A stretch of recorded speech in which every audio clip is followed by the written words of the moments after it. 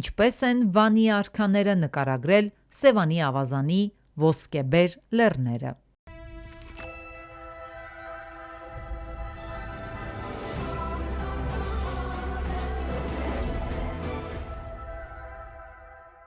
Արարատի թագավորության նշանավոր միապետ Սարդուրի արքան իր Վանա բերդի գանձադրանը թողած հայտնի տարեգրության մի հատվածում դեպի Սևանա լճի հարավ-արևելյան արշավանքի համատեքստում հիշատակում է Ուշկյանի լեռան կամ երկրի մասին։ Հետաքրքիր է, որ ժամանակին Գրիգոր Ղափանցյանը կարծիք է հայտնել, որ Ուշկյանի տեղանունը հայերենում կլիներ որպես ոսկեանք։ Իր հերթին մեկ այլ հայտնի գիտնական Սարգիս Պետրոսյանը զարգացնելով այս կարծիքը նշում է, որ Ուշքիա տեղանվան հիմքում կարելի է տեսնել հայերեն ոսկի բառը։ Հենվելով իրականացված լեզվահամեմատական եւ այլ վերլուծությունների հիման վրա պրոֆեսոր Սարգիս Պետրոսյանը գալիս է այն եզրակացության, որ Ուշքիա լեռը եղել է Արևելասևանյան Սոտքի ոսկեբեր լեռնաշղթան, որից արևմուտք էր գտնվում նույն ոսկի բառն իր անվան հիմքում ունեցող ոսկեշեն բնակավայրը։ Այս թեմային լայն անդրադարձ է կատարել նաև հայտնի ուրարտագետ